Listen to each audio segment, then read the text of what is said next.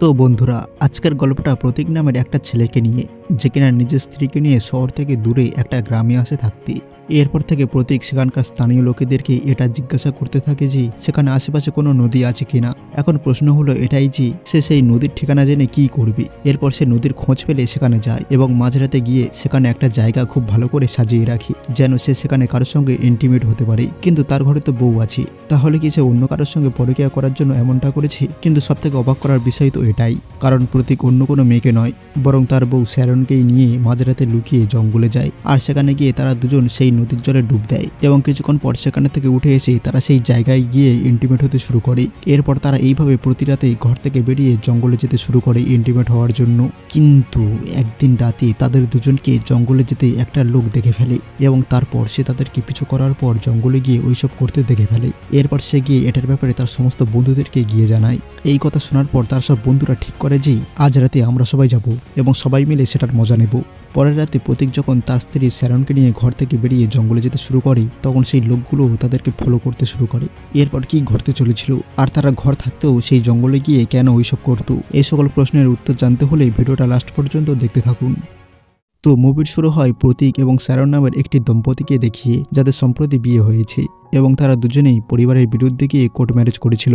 যদিও এর পিছনে দুটি কারণ ছিল। প্রথমত, শ্যারনের ধর্ম আলাদা ছিল, যার কারণে প্রতীকের পরিবার তাকে মেনে নিতে পারছিল না। আর দ্বিতীয়ত, প্রতীকের আর্থিক অবস্থা ভালো ছিল না, এজন্য শ্যারনের পরিবার তার সাথে বিয়েতে রাজি হচ্ছিল না। তাই যখন উভয়ের পরিবার তাদের বিরুদ্ধে দাঁড়ায়, তখন তারা কোর্ট ম্যারেজ করে নেয় এবং একসাথে নতুন জীবন শুরু করার জন্য অন্য এক শহরে যাওয়ার সিদ্ধান্ত নেয়। যেখানে তারা দুজন শহরে পৌঁছেই একটা বাস স্টপে নামে এবং সেখানে থেকে ভাড়ায় থাকার জন্য একটা বাড়ি খুঁজতে থাকি। তখন একটা বাড়ির মালিক তাদেরকে তার বাড়ি ভাড়ায় দিতে রাজি হয়ে যায়। এরপর যখন তারা বাড়িটা দেখতে যায়, তখন তাদের মুখে তেমন খুশি দেখা যায় না। মালিকও সেটা বুঝে যায় এবং বলে, দেখো, আপনার বাজেট অনুযায়ী এইটুকুই পাওয়া সম্ভব। তারপর সে তাদেরকে বাড়ি সম্পর্কে বলতে থাকি যে এই বাড়িতে আগে একটি তামিলিয়ান পরিবার থাকতো, যারা আমাকে 2 বছরের ভাড়া দেয়নি, সেজন্য আমি তাদেরকে বাড়ি থেকে বের করে দিয়েছি। তাদের অনেক জিনিস এখন এখানে পড়ে আছে, এর মধ্যে যদি কিছু আপনাদের কাজে লাগে তাহলে নিতে পারেন, বাকিগুলো ফেলে দেবেন। এই বলে মালিক টাকা নিয়ে চলে যেতে থাকে। যাওয়ার সময় শ্যারন তাকে জিজ্ঞাসা করে এখানে কি আশপাশে কোনো নদী আছে।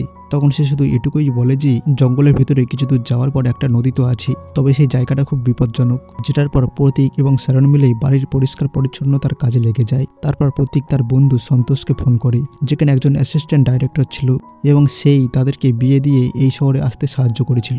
প্রতীক জিজ্ঞাসা করে, তোমার কাছে কি একবারও সঞ্জয়ের কল এসেছিল?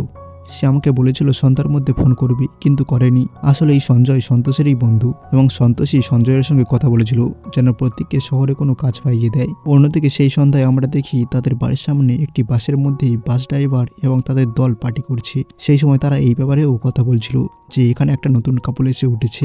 সেই কথাবার্তার মধ্যেই তারা জানতে পারে যে সঞ্জয়ই আসলে তাদেরকে এখানে এনেছিল, অর্থাৎ প্রতীক ও শ্যারনকে।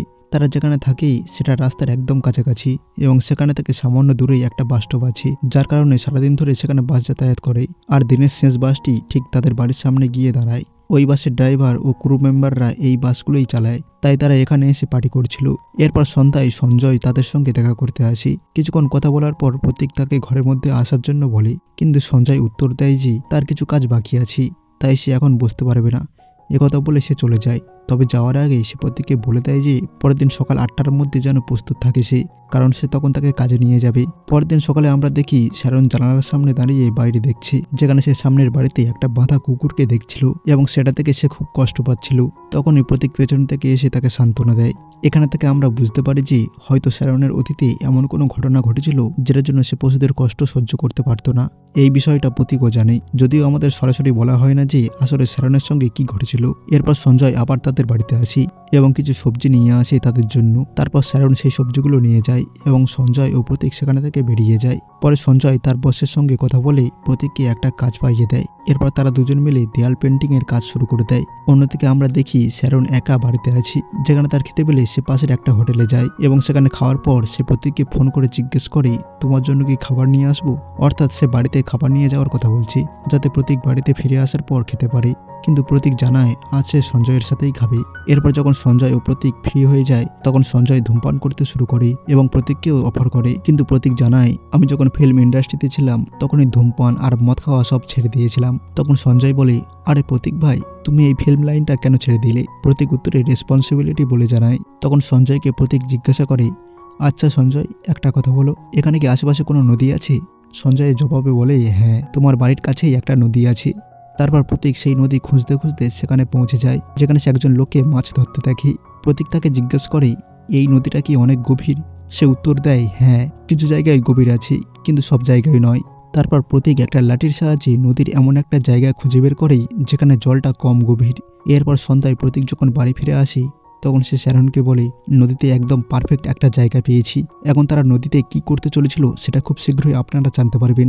এরপর মধ্যরাত হতেই প্রতীক সেই জায়গায় যায় এবং নদীর ধারে একটা জায়গায় শুকনো পাতা দিয়ে একটা খাটের মতো স্ট্রাকচার বানিয়ে রাখি। তারপর সে ফিরে এসে শ্যারনকে বলে, কাল আমরা সেখানে যেতে পারি, কোনো সমস্যা নেই। পরের দিন রাতে দুজনেই বের হয় নদী থেকে যাওয়ার জন্য, কিন্তু তারা দেখে তাদের বাড়ির সামনে শেষ বাসটা দাঁড়িয়ে আছে এবং সেই বাসের সদস্যরা আবারও মদ্যপান করছে। ওদের দেখে শ্যারন বলে, না, আজ আমরা যেতে পারবো না, চলো কাল যাব, যখন এরা এখানে থাকবে না। এরপর প্রতীক রাজি হয়ে যায়। তারপর পরের রাতে তারা দুজন আবারও বের হয়। এবার প্রতীক দেখে আশেপাশে কেউ নেই, সবাই যে যার বাড়িতে ফিরে গেছে। তারপর তারা বাড়ি থেকে বেরিয়ে নদীর ধারে যায় এবং সেখানে পৌঁছে দুজনে মিলে প্রায় 20 থেকে 25 মিনিট ধরে নদীর মধ্যে এক গলা জলে দাঁড়িয়ে থাকে। মাঝে মাঝে তারা শ্বাস নিতে জলের উপরে ভেসে ওঠে এবং তারপর আবারও জলে ডুব মারে। এইভাবে প্রায় 20 মিনিট কাটানোর পর তারা নদী থেকে বেরিয়ে আসে এবং প্রতীক যে খাটের মতো স্ট্রাকচার পাতা দিয়ে বানিয়ে রেখেছিল তার উপর একটা চাদর বিছিয়ে নিজেদের জামাকাপড় খুলে দুজনে সেখানে ঘনিষ্ঠ হতে শুরু করে। এই সময় শ্যারন খুব ভয় পেতে থাকে, চারপাশে তাকিয়ে দেখে কেউ তাদের দেখছে কিনা। পরের রাতেও তারা একই কাজ করে। এর কিছুদিন পর একটা উৎসব আসতে চলেছিল, যার কারণে প্রতীকের পেন্টিংয়ের কাজ বেড়ে যায়। তাই প্রতীক শ্যারনকেও একা বাড়িতে না রেখে নিজের সঙ্গে সেই জায়গায় নিয়ে যায় যেখানে সে পেন্টিংয়ের কাজ করছে। যদিও এই 2 রাতেও তারা নদীর ধারে গিয়ে আবারও আগের মতোই কাজ করে, যা তারা গত কয়েকদিন ধরে করে আসছিল। এবং এটা খুবই অদ্ভুত ছিল, তাই না? কারণ তাদের তো নিজের একটা বাড়ি আছে, তাহলে তারা এইভাবে জঙ্গলের নদীর ধারে গিয়ে এইসব কাজ করছে কেন? এরপর বন্ধুরা, একদিন রাতে লাস্ট বাসের এক কর্মী তাদেরকে জঙ্গলের দিকে যেতে দেখে ফেলে, যেটা দেখার পর তার সেটা খুবই অদ্ভুত বলে মনে হতে লাগে। সে কারণে সে তাদের পেছন পেছন অনুসরণ করতে শুরু করে। তখন দেখে যে তারা জঙ্গলে গিয়ে ওইসব কাজ করছে, কিন্তু সে বুঝে উঠতে পারে না কেন তারা জঙ্গলের মধ্যে এমন কাজ করছে। পরে সে এই ব্যাপারটা তার বাকি সাথীদেরকেও বলে দেয়, যেটা শোনার পর প্রথমে তো তারা সবাই হাসতে শুরু করে, কারণ তারা সেটা বিশ্বাসই করতে পারে না। ঠিক তখনই প্রতীক সেখানে এসে হাজির হয়, যেখানে আশেপাশের কোনো একটা ক্লিনিক বা হাসপাতালের ঠিকানা জানতে এসেছিল, কারণ শ্যারন অনেক অসুস্থ হয়ে পড়েছে। সম্ভবত প্রতি রাতে ঠান্ডা জলে ডুব দেওয়ার কারণে হতে পারে। পরের রাতে যে লোকটা তাদেরকে আগের দিন জঙ্গলে যেতে দেখেছিল সে তার বাকি সাথীদের সঙ্গে নিয়ে আবারও রাতের বেলায় জঙ্গলে যায় তাদেরকে সেই দৃশ্য দেখানোর জন্য। সেখানে সবাই দেখি প্রতীক ও শ্যারন নদীর ধারে ওইসব করছে। এরপর তারা সেটা ভিডিও করতে শুরু করে। এই সময় তাদের মধ্যে একজন তাদের ফটো ক্লিক করে, যেটার ফলে ক্যামেরার ফ্ল্যাশ এবং ক্লিকের আওয়াজ হয়। এই শব্দ শুনে প্রতীক ও শ্যারন বুঝে যায় যে কেউ তাদেরকে রেকর্ড করছে, যেটার ফলে তারা ভয়ে তাড়াতাড়ি জামাকাপড় পরে নেয় এবং সেখান থেকে চলে যেতে শুরু করে। তখন সেই লোকেরা তাদেরকে আটকায় এবং ঝগড়া শুরু করে দেয়। তারা বলতে থাকে, তোমরা এখানে এইসব করছো কেন? তোমাদের কাছে কি ঘর নেই? এমনকি তারা প্রতীককে মারতেও শুরু করে। এরপর অনেক কাকুতি মিনতি আর ক্ষমা চাওয়ার পর প্রতীক ও শ্যারন কোনো রকমে সেখান থেকে নিজেদের বাড়িতে ফিরতে পারে। বাড়িতে ফিরে শ্যারন সেই ঘটনাটা ভেবে কেঁদে ফেলে এবং বলতে থাকে, এখন কি হবে? সবাই যদি জেনে যায়? তখন প্রতীক অনেক কষ্ট করে তাকে সান্ত্বনা দিয়ে বলে, সব ঠিক হয়ে যাবে, তুমি চিন্তা করো না। কিন্তু পরের দিন সকালে সেই সব লোকগুলো যারা ভিডিও করেছিল তারা সেই ভিডিওটি সবার মধ্যে ছড়িয়ে দেয়, যেটার ফলে সেই ভিডিওটা সঞ্জয়ের কাছেও পৌঁছে যায়। সঞ্জয় তখন এই ব্যাপারে জানতে প্রতীককে কল করে। প্রতীক তখন শুধু এটুকু বলে যে, দেখ ভাই, আমি এখন অসুস্থ, 2 দিনের আগে আসতে পারবো না, এই বলে সে কল কেটে দেয়। এরপর একদিন যখন সেই ড্রাইভারদের গ্রুপ ক্যারাম খেলছিল তখন কথায় কথায় তাদের মধ্যে একজন বলে ওঠে, ওদের দুজনকে তো এখন আর দিনের বেলায় দেখা যায় না। যেটার উত্তরে আরেকজন বলে, কারণ ওদের কাজ তো শুধু রাতে হয়, তাই ওরা রাতেই বাইরে বের হয়। এইভাবে বন্ধুদের মধ্যে ওদের নিয়ে হাসি মজা চলতে থাকে। ঠিক তখনই প্রতীক কিছু খাবার নিতে বাড়ি থেকে বাইরে বের হয়, যেখানে পাশের হোটেলে গেলে সবাই ওকে খুব অদ্ভুতভাবে দেখতে থাকে। যেটা দেখার পর এটা স্পষ্ট ছিল যে সবাই তাদের সেই ভিডিওটা দেখে ফেলেছে। এটা জেনে প্রতীকের খুব কষ্ট হয়। সে কোনোভাবে কিছু খাবার কিনে নিয়ে দৌড়ে বাড়ি ফিরে আসে, যাতে কেউ ওকে চিনতে না পারে। বাড়ি ফিরে আসার পর প্রতীক একা একা কাঁদতে শুরু করে এবং ভাবতে থাকে, আমাদের সঙ্গে এটা কি হয়ে গেল। কিন্তু শ্যারনের সামনে সে একদম শক্ত থাকে, তাকে কিছু বুঝতে দেয় না, যেন কিছুই হয়নি। আর এই কারণেই সে একা আড়ালে গিয়ে কাঁদতে শুরু করে। সঞ্জয়ও ব্যাপারটা বুঝে যায় যে ওদের জীবন নষ্ট হয়ে যাচ্ছে, তাই সে সন্তোষকে ফোন করে জানিয়ে দেয় যে তোমার বন্ধু প্রতীক অনেক বড় সমস্যায় পড়েছে, তুমি তাড়াতাড়ি চলে এসো। পরের দৃশ্যে দেখা যায় সঞ্জয় সন্তোষের সঙ্গে দেখা করে, যেখানে প্রতীকের বাড়ির মালিকও উপস্থিত ছিল। সঞ্জয় তখন পুরো ঘটনাটা তাকে খুলে বলে যে দেখ ভাই, এই ঘটনা ঘটেছে এবং সেই ভিডিওটা পুরো ছড়িয়ে গেছে, সবাই দেখে ফেলেছে এবং তাদের ব্যাপারে খারাপ খারাপ আলোচনা করছে সবাই। এমনকি তারা বাড়ির মালিকের উপরেও প্রশ্ন করছে যে উনি কিভাবে এমন লোকদের বাড়ি ভাড়া দিতে পারলেন। আমিও তো বুঝতে পারছি না যে ওরা ঘর থাকতে জঙ্গলে গিয়ে এমনটা কেন করলো। তখন সন্তোষ জবাব দেয়, এই কথা তোমাকে আগেই বলা উচিত ছিল যে ওদের আগের জীবনে কি হয়েছিল। সঞ্জয় তখন জিজ্ঞেস করে কি হয়েছিল। এখানে থেকে গল্প চলে যায় ফ্ল্যাশব্যাকে, যখন 7 বছর আগে প্রতীক একজন অ্যাসিস্ট্যান্ট ডাইরেক্টর ছিল এবং ফিল্ম লাইনে কাজ করত, যেখানে তার সঙ্গে তার বন্ধু সন্তোষও কাজ করত। এরপর একদিন প্রতীক শুটিং সাইটে একটা কুকুরছানা দেখতে পায়। সম্ভবত সে তার মালিকের কাছে থেকে হারিয়ে গিয়েছিল। প্রতীক তখন কুকুরটাকে নিয়ে বাড়িতে আনে। তখন প্রতীক, সন্তোষ এবং তাদের একজন তামিল বন্ধু বিনীত একসাথে থাকতো। প্রতীক সেই কুকুরছানাটিকে নিজের বাড়িতে রেখে দেয় এবং তাকে লালন পালন করতে শুরু করে। যখনই সে কাজে যেত তখন বাকি সময় কুকুরটার দেখভাল করত বিনীত। অন্যদিকে আমরা দেখতে পাই সেই কুকুরছানাটি আসলে শ্যারনের পোষা কুকুর ছিল। তার হারিয়ে যাওয়ার কারণে শ্যারন কয়েকদিন ধরে ঠিকমতো খাবারও খাচ্ছিল না। ওর পরিবারের লোকেরা তো নতুন একটা কুকুর এনে দেওয়ার কথা বলছিল, কিন্তু শ্যারন তো তার সেই পুরনো কুকুরটাকেই ফিরে পেতে চাইছিল। এরপর সেই কুকুরটির মিসিং পোস্টার পুরো শহরে ছড়িয়ে দেওয়া হয়। আর তখন এমনই এক পোস্টার বিনীতের হাতে পৌঁছে যায়। এরপর সে সেই পোস্টারটি প্রতীককেও দেখায়। তখন প্রতীক শ্যারনকে ফোন করে জানায় তোমার কুকুরটি আমার কাছে আছে। তারপর শ্যারন প্রতীকের বাড়িতে এসে নিজের কুকুরটিকে ফিরে পেয়ে খুব খুশি হয়। আর এই সময় থেকেই প্রতীক ও শ্যারনের মধ্যে ভালো বন্ধুত্ব গড়ে ওঠে। তখন প্রতীক বলে, আরে কখনো কখনো তোমার কুকুরটাকে নিয়ে এখানে চলে এসো। এরপর শ্যারন নিজের কুকুরকে নিয়ে বহুবার প্রতীকের সঙ্গে দেখা করতে আসে আর ধীরে ধীরে তাদের বন্ধুত্ব ভালোবাসায় পরিণত হয়ে ওঠে। এরপর এক সন্ধ্যায় শ্যারন প্রতীককে বলে, আমার বয়স যখন 11 বছর ছিল তখন আমার মা মারা যান। এরপর আমার বাবা দ্বিতীয় বিয়ে করেন। আমার বাবা খুব কঠোর স্বভাবে, কিন্তু পরে আমার অনেক অনুরোধ করার পর বাবা আমাকে মামার বাড়িতে রেখে যান, কারণ ওখানেই আমি আপনজনদের মতো ভালোবাসা পেতাম এবং এখন আমার বাবা অন্য শহরে থাকেন। এইসব কথা শোনার পর শ্যারন নিজের বাড়িতে প্রতীকের কথা বলে, কিন্তু কেউই তাদের বিয়ের জন্য রাজি হয় না, কারণ প্রতীক ধনী ছিল না এবং তার কাছে কোনো পার্মানেন্ট চাকরিও ছিল না।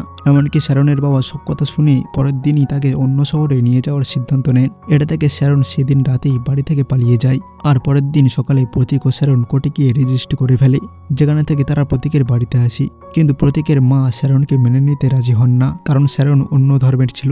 এমনকি তিনি তাদের দুজনকে বাড়িতে ঢুকতেও দেন না এবং স্পষ্ট জানিয়ে দেন তারা যেন চিরদিনের জন্য এখান থেকে দূরে চলে যায়। যেটার পর সন্তোষ ওদের দুজনকে নিজের বাড়িতে থাকতে বলে, কিন্তু প্রতীক সেটা মানতে চায় না। সে বলে, দেখ ভাই, তুই ইতিমধ্যেই আমাদের জন্য অনেক কিছু করেছিস, এখন আর তোকে কষ্ট দিতে পারবো না। এরপর তারা অন্য শহরে চলে যায় বাড়ি ভাড়া নিতে, যেন তারা নিজেদের পরিবারের সাথে আর কখনো না মিশতে পারে। এবং এই কারণে প্রতীকের অ্যাসিস্ট্যান্ট ডিরেক্টরের চাকরিটাও ছেড়ে দিতে হয়। এই সময় ওদের দুজনকে প্রচুর স্ট্রাগল করতে হয়, কারণ দুজনের হাতে একেবারেই টাকা ছিল না। তখন বাধ্য হয়েই প্রতীককে পেন্টারের কাজটা করতে হয়। কিন্তু এই অবস্থার মধ্যেও ওরা নিজেদের মধ্যে সুখ খুঁজে নিতে থাকে, কারণ একে অপরের সঙ্গে থাকা ওদের কাছে সেটাই যথেষ্ট ছিল।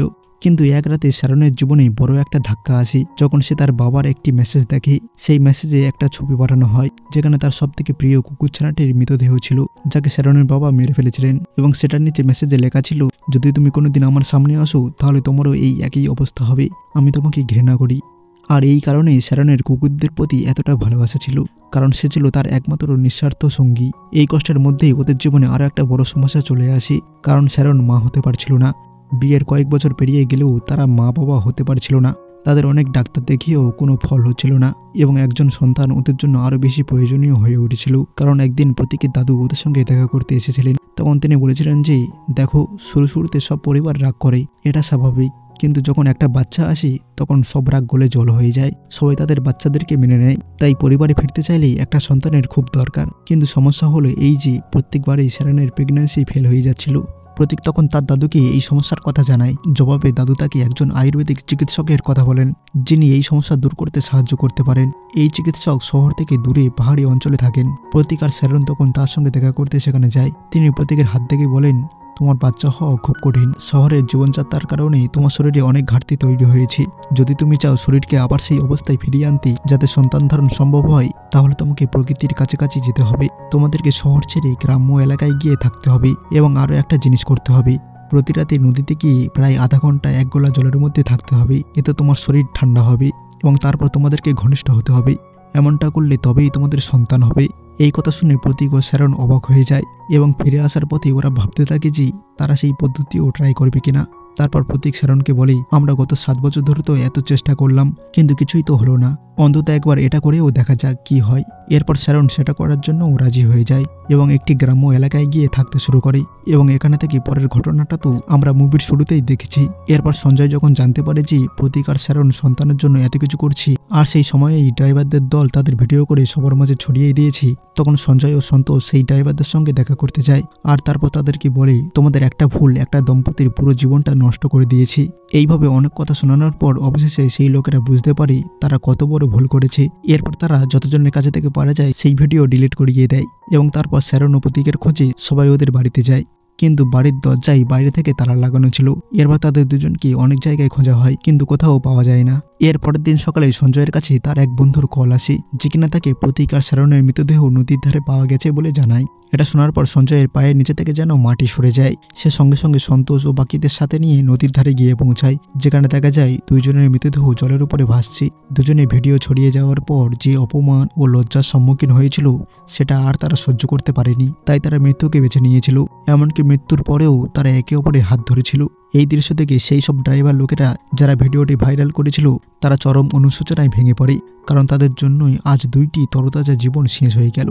এই অপরাধবোধ আরও বেড়ে যায় যখন তারা খবরের কাগজে প্রতীক ও শ্যারনের মৃত্যুর খবর পড়ে, যেখানে লেখা ছিল শ্যারনের বডি পোস্টমর্টম করার পর জানা গেছে সে প্রেগনেন্ট ছিল। অর্থাৎ এখানে শুধু দুইজন নয় বরং 3টি প্রাণ চলে গেছে। যে নতুন জীবনের আশায় প্রতীক আর শ্যারন এত লড়াই করেছিল সেই জীবন তাদের নাগালে এসেও শুধুমাত্র একটা ভিডিও, একটা ভুল সবকিছু শেষ করে দিল। আর এইভাবেই স্যাড এন্ডিংয়ের সাথেই মুভির সমাপ্ত হয়ে যায়। তো বন্ধুরা, ভিডিও সম্বন্ধে আপনাদের কি মতামত রয়েছে অবশ্যই কমেন্ট করে জানাবেন। দেখা হবে পরের ভিডিওতে। Till then, bye by.